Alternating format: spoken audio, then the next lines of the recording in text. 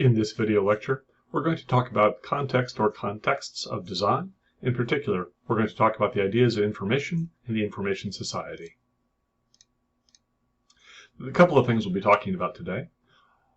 And we're going to be talking about the contexts of design and technical communication, what data is and what information is, the definition of an algorithm, the characteristics of an information society, and we'll pose a question for the future. To begin, let's talk about context and contexts of design. Well, we did read a book that talked about some concepts of design. You may remember it. In that book, we talked about how people behave in complex systems. And we also talked about how to design information in complex systems. That's the essentials of where the two disciplines that people usually take this class, interactive design and technical communication, that's where they differ. People are in interactive design. They talk about how do we guide people through a complex system. In technical communication, we're more interested in how can we put the information together to ease the user's path. The question then for both of these people, the interactive designers and the technical communicators, is how do we create satisfying UX or user experience inside a complex system, for example, a website or an app. User experience can be complex, but it can also be fairly simple. Think of it as making things usable for a reader, for a user, for somebody who encounters the device or object or process. You want them to be happy using it. You want them to be able to use it quickly and efficiently. Norman, the author of the book we read, said you need to know the user. But what else do you need to know besides just the user? Answer is the context of the user and the context of the product or service you are creating. But please notice, context is not just physical, concrete things like the person will be using it inside under fluorescent lights at a desk. They're also going to be talking about the abstract contexts. And that's what we're going to talk about here. When we talk about abstract contexts, we are quote-unquote located in places that, or things, concepts that relate to the subject, and it influences how we see or use them. For example, technical communication and interactive design, both of these disciplines, they have tools and principles that we use. Those tools and principles are located in a context of soft skills and ethics, and those are also located in a larger social context and the cultural mores. For example, let's say that I'm a technical communicator and I'm going to create a video and tell people about using the ideas of, I don't know, maybe information societies. So what tools am I going to use? What tools are available to me? What principles will I follow when I'm using these tools? All of those things are also included in the soft skills. So for example, how good am I at narrating a video? How good am I about putting together images that people like? Am I good at, or am I doing it ethically? Am I doing it in a good way that is helpful to people and I am not offending people and I am benefiting people?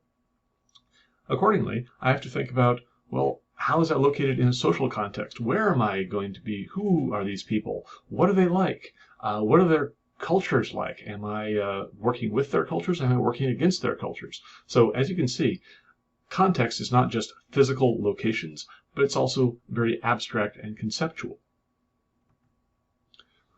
So context works into information kind of like this.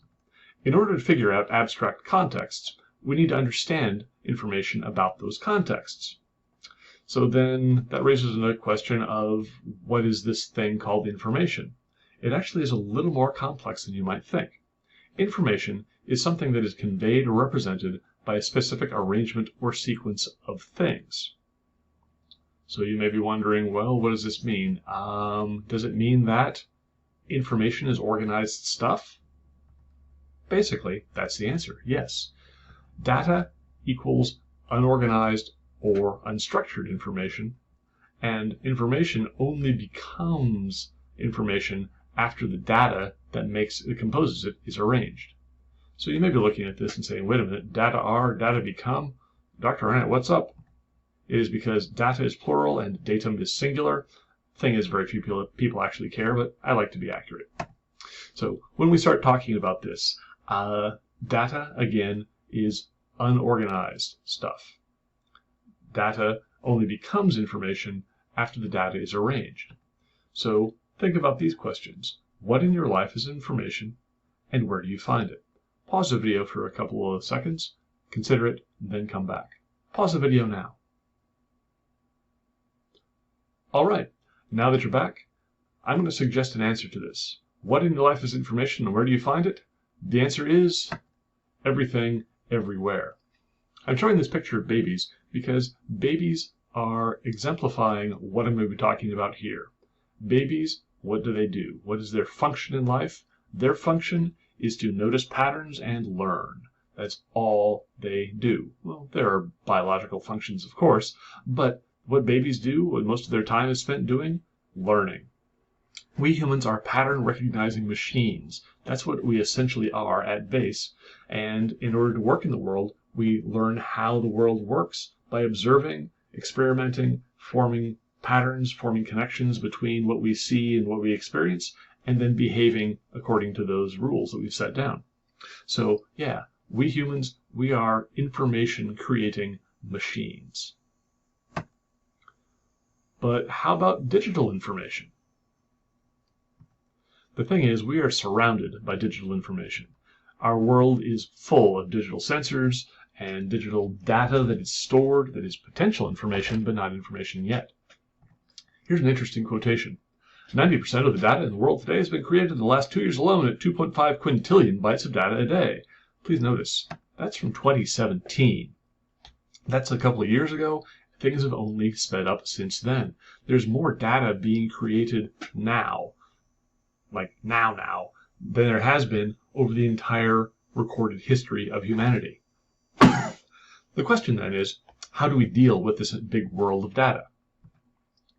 So, for example, there is the internet. There's all this stuff out there. It's really cool, isn't it?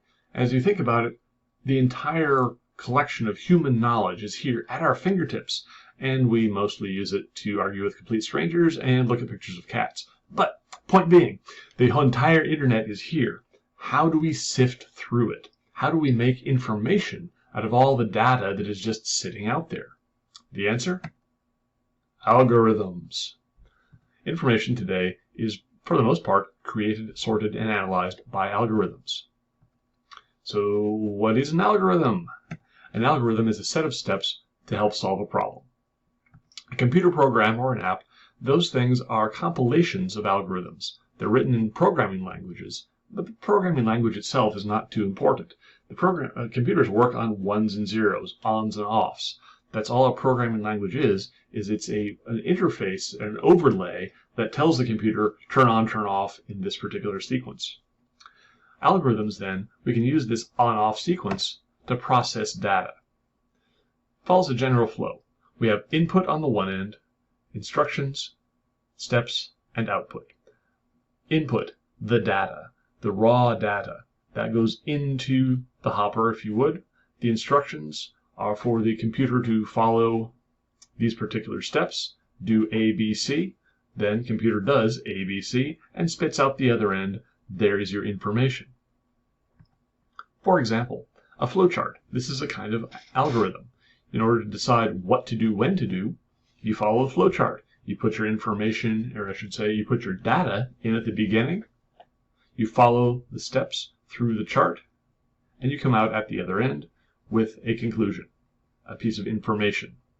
You've transformed raw data into decisions. Recipes, very similar. You start with raw ingredients, put them together in a certain way, process them in a certain way, and you come up with food. You've all seen this before at some point, haven't you? It's Google Maps. What do you think makes Google Maps work? The answer? Yeah, algorithms. In particular, here's how Google Maps works with algorithms. I can't tell you the specific guts details, but I can give you some big overlying principles here. Google Maps asks what seems to be a very simple question. What is the shortest path between 2 points? If you think about it, well, this seems easy. I just take a string and I draw the two, point here, point there, measure the string. It's this long. That's the shortest way. Well, yeah, but what about things like hills in the way? Maybe the weather is bad and the river is flooding. I can't go that way. Perhaps there are traffic problems. What is the actual shortest path? Because the shortest path may not be the shortest path. Google finds the answer by collecting data, all sorts of different pieces of data. For example, satellite images, the images that Google has already collected from driving around and taking pictures of everything on Google Street, live traffic reports, geological surveys, directory listings, local government data, road sensors, crowdsourcing, people typing in, "There's a cop ahead, watch out," historical data, historical usage. Google then takes all this data, puts it in a format that Google Maps can read it. Then Google Maps algorithms, they go behind the scenes, crunch the data, and spit out an individualized income to tell you that this route that you thought you would take may not be the fastest, it may be physically shortest, but it's going to take you the longest. You ought to go the other way around. Take route B. So that's how Google Maps works with algorithms. Again, you put in data in the one end, has a set of instructions how to follow or how to process it. You process it according to those instructions, and you come out with a solution on the other end. That's the idea of an algorithm. Here's an example of the world of computer learning. So this is taken from a professional journal article. It's called Unsupervised Content-Based Imaging or Indexing of Sports Video. So we have some text down here that describes in academic language what's going on. Grounded language models are learned from a large unlabeled corpus of video events. Events are represented using a codebook of automatically discovered temporal patterns of low-level features extracted from the raw video. Okay, great. What does that actually mean? What it means is that each pixel on the screen here has a different value of sorts. So it has brightness, it has a particular color, it has where it is on the screen, where it is in relation to other pixels on the screen. Then we also can add in camera movements, the different shot selections, if there are closed captions, if there are, let's say, pop-ups on the screen like we see here. The computer then takes all this data, processes it, runs it through an algorithm that compares all these pixels to each other according to their different values. That algorithm then will identify patterns in these pixels, and the computer can then, quote-unquote, figure out what's going on in there. And the computer will say, for example, this is a baseball field, and it appears to be a home run derby. So then the computer will label it, file it away, say, this is home run derby. Great. How did it know that? It just compared all the pixels mathematically. Algorithms, these things shape our world. They are they're behind the scenes on pretty much everything now. They make big decisions really, really quickly. So think about this. You've got your mouse in your hand. How long does it take you to take your finger and just between the decision, I'm going to click the mouse, and boom, clicking the mouse? How long does it take? The answer? About 500 microseconds on average. That's 0.0005 seconds. How about a computer doing stock trading, though, buying and selling stock on the New York Stock Exchange? How long does it take a computer to decide, I'm going to buy or I'm going to sell, and then actually make that trade, as in not just click the button, but do the sale, pay the money, and get the stock? How long does that take? About 5 microseconds, 0.000005 seconds. So these algorithms, they are blazing fast. They can do things faster and more accurately than humans can. There's all sorts of digital media out there today, and matter of fact, take a look at the amount of information being created.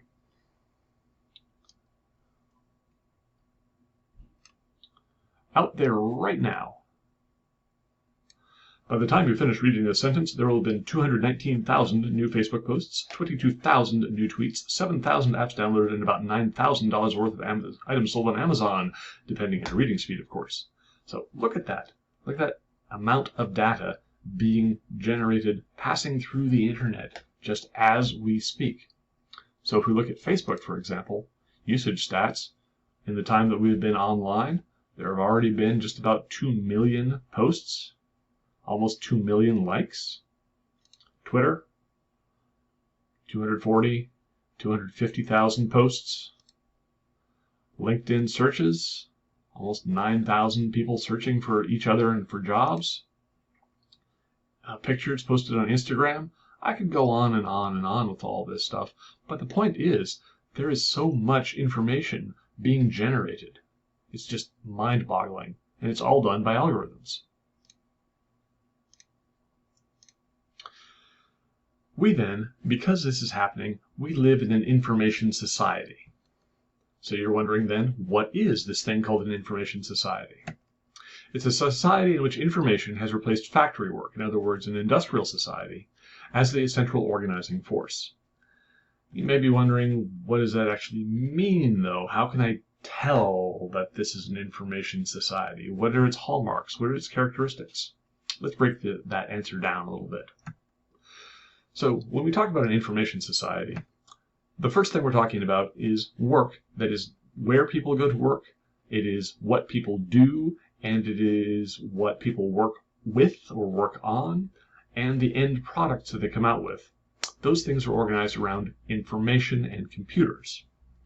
So, back in the day, in industrial society, things were organized around the factory or physical objects. So when people went to work, they went to a physical place. They worked using a machine of some kind. They worked on the machine making physical objects, and they would then create physical objects at the end. Today, though, a lot of people, they don't ever work with physical objects. They work with just ideas and numbers and words. So what do? They tap on their PC, they tap on their laptop, their desktop, whatever it may be, their phone, and their mobile phone even. They create information, they shuffle information around from one person to another, and that's what they make. They don't actually build objects as they would in an industrial society. In an information society, people work with, on, and create information. Then, the second major characteristic is that decentralized producers, they shape public spheres. What does that mean? First, let's define public sphere. A public sphere is an area where in social life where individuals can come together to freely discuss and identify societal problems, and through that discussion influence political action. When we say political action, we are not necessarily talking about Republicans and Democrats. We are talking about generally people socially deciding what to do about situations. So politics has been called the art of the possible. So when people discuss what should we do about blank, they are engaging in politics. So in any case, this is what the public sphere is. It's where people can go and talk about these things. Decentralized producers. Well, because we are not going to the factory anymore, we are working at a distance. We are working all over the world in all sorts of different time zones, all sorts of different locations. And these people who are not all in the same place, they are influencing how and where we talk to each other about social issues. Also consider, in terms of government, does everything government happen in Washington, D.C.? Lord, no. It happens all over. We can work at a distance. As a matter of fact, we are in the middle of the pandemic right now. We have all sorts of decentralized production going on. Instead of going to the office, we are working at a distance. Then we have post-Fordism. Its hallmarks are flexibility, precarity, globalization, and outsourcing. But that probably doesn't help you unless you know what Fordism is. So I've got a couple of concepts I'm going to run you through, and it'll help you make sense of this. So let's begin with a thing called Taylorism. Taylorism comes from the early 20th century, late 19th century, early 20th century. The idea is that Taylor, as an efficiency fellow, an engineer, he worked on ways of breaking down processes into tiny little steps that then would be made as simple as possible so you could create scientific production. Instead of having to do things slowly and by hand, you could make it rational, efficient, quick, and just part, boom, get everything done as quickly as possible and with the least amount of work. thing about Taylorism is that, well, it's kind of dehumanizing, because instead of relying on human knowledge and skill, it is, all right, your job, take this bolt, stuff it through the hole, do that again 5 million times today. Then we got Fordism. Fordism is very similar. Fordism is the idea of not just working on the assembly line, which is really what Henry Ford is known for. He was definitely an automotive innovator, but his big thing was the assembly line. He didn't invent it, but he almost got it perfected. So Fordism is working not only as on the assembly line at work, but that idea of the assembly line moving on into society. So the entire part of society, or the entire whole of society, would work sort of like a factory. However, we now have post-Fordism. So under Fordism, the worker was, their pace was dedicated, or I should say not dedicated, but determined by how fast the assembly line worked. So thing moves in front of you, you put the bolt in, you wait, it moves, you put the bolt in, you wait, it moves, you put the bolt in, the same boom, boom, boom process. Under post-Fordism, though, we are working at the speed of computers. So instead of having an assembly line-like process, we are a lot more nimble. It also can be a lot more exhausting. And, as the text here notes, you are competing wage-wise with desperate people in low-wage countries. So when we talk about post-Fordism, work is now flexible. You don't have to go to the factory, you can do it at home, but it's also a lot more precarious. You are not necessarily guaranteed this union job with a nice fat paycheck. You also then have to compete against people all over the world, and your job may go to India. Less hierarchical and networked is also a characteristic of an information society. So in terms of hierarchy, in many organizations, there is the worker at the bottom and the boss way, way, way up at the top. The two never meet. However, in an information society, those two are less separated than they would otherwise be. So let's say that you're working at the car company. Would you, working on the floor, stuffing that bolt into that hole, would you ever meet the CEO of the company? Probably not, no. But let's say that you are working for a software company. Are you likely to meet the CEO of the software company? Probably yes, and it's probably you're going to run into that person at the company cafeteria. So in an information society, because we are working electronically and we're communicating with all sorts of people, we are more networked. There's less of a stratum hierarchy between those at the very bottom and those at the very top. Then we have attention scarcity, which involves many choices, and it also involves the importance of branding. Let's talk about these ideas.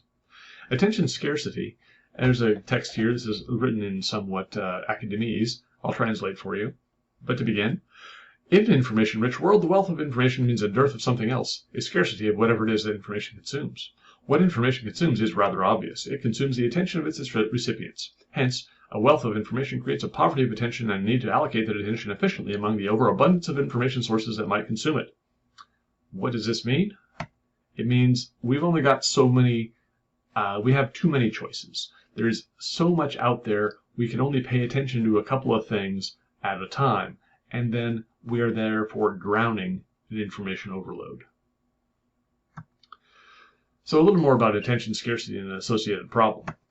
There is a problem that goes with attention scarcity. It's called the pretty good problem. What's the deal with that? The deal is we've got so many options. We are not able to pay attention to all of them.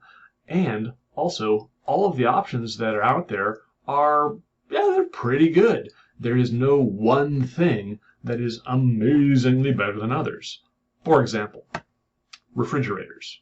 You need a new refrigerator. So you go to Home Depot, you go to Lowe's, you go to Best Buy. You wander around, you see the models, and you start to think, well, for the amount of money I have, all of the models at this price point, they're all pretty much the same. They all have these same features, they all are in stainless steel, they all have the same kind of doors, they're all the same size, they all have the same pretty much water dispenser. There are only slight differences among them. how do I know which one is best? Also, flip it around the other way. If you are a producer, if you are a manufacturer, and all the products are pretty much about the same, how do you make yours stand out and make people say, ooh, I want yours instead of their other one? The answer is you brand like crazy. So let's define what branding is. A brand is a name or a trademark. That's a sign, a logo that's associated with a particular producer or set of products. I used one earlier in this video with the Ford logo. That's a brand. We also then got the attributes. Sometimes they're tangible, sometimes they're intangible, touchable, not touchable attributes that are symbolized by trademarks. And these things can create influence and generate value. So brands do a couple of things. One is they personalize or try to establish a sense of community, of belonging. So if we look at this particular photograph, or manipulated photograph, I should say, do these brands try to establish a sense of community or belonging? Well, perhaps so, like the people who use Apple. I'm rebelling, I'm not going to use PC, I like this thing. So other people like me, we all use Apple products. Or we are all Nintendo gamers, we love Mario. We drive Mercedes because we all belong together in this group of people who really know what's going on with good cars. Or, yes, Starbucks. Look, I feel like I belong to other people who drink Starbucks. Look, we like to hang out together. They're a form of social currency as well. So, for example, Mercedes, is it a high status car? Generally speaking, yes. Is Apple a status brand of, say, smartphones? Yeah. How about of computers? Generally speaking, yes. They have economic value. So if you see somebody walking down the street with a cup of Starbucks, do you think that, that person bought cheap coffee, or that person spent a lot for coffee? They also have cultural value. Nintendo, as I mentioned, Mario. Who doesn't like Mario, right? So there is a cultural association there. There is positive feeling with Mario and Nintendo. So you get the idea here that brands, they have all sorts of positive, and sometimes they can have negative attributes, but people are mostly interested in establishing positive ones. So then, finally, the major characteristic of an information society is we have producers, consumers, and prosumers. So what are these things? A producer, these are people who make things. Consumers, these are people who purchase things and who use those things. So producers make, consumers buy and use. What's a prosumer then? It has a couple of different meanings. One of them is it's a consumer who becomes part of the development process through ordering a custom product. So it is, I am, as a customer, saying, hey, manufacturer, I want this cool thing and make it even better. The manufacturer says, yes, oh yeah, we can totally do that for you. And then I am a prosumer because I am influencing how the product is being developed. A prosumer is also a brand advocate. So a blogger, a reviewer, a quote-unquote influencer, these people are the ones who influence how brands are perceived, how producers, they want to cater to these people, because they are the ones who get the word out about these products. So information societies, where we trade in information rather than physical objects, trading this information about the brands and the products, this is a highly important thing as well. Then the final definition of prosumer is an amateur who uses pro-level equipment. It used to be the case that if you were an amateur and you wanted to get something really spiffy, you would have to spend a whole lot of money. You would have to perhaps drive to the big bad city, go to the one specialty store, talk to the person who knew something about it, and then drive it home. It'd take you all day and you'd spend all sorts of money, and then it'd be really complex and hard to use. Now, though, with the prosumer model, people in an information society can access information about what model is best. They can find it very quickly. They can order it on Amazon or buy it on eBay, get it delivered very quickly. So the point is that instead of being stuck with consumer level stuff, you now, in an information society, you have access and the ability to use really expensive, complex stuff more easily than you would otherwise. So to review things we've talked about so far, we've talked about design and technical communication contexts. We've talked about the difference between data and information. We've talked about algorithms and how they work. And we've talked about the various characteristics of an information society. So let's ponder a question before we go. Why is it that interaction designers and technical communicators need to know the things we talked about today? Ponder on this. We'll come back to the question later. That's all we have for now. So until we meet again, take care.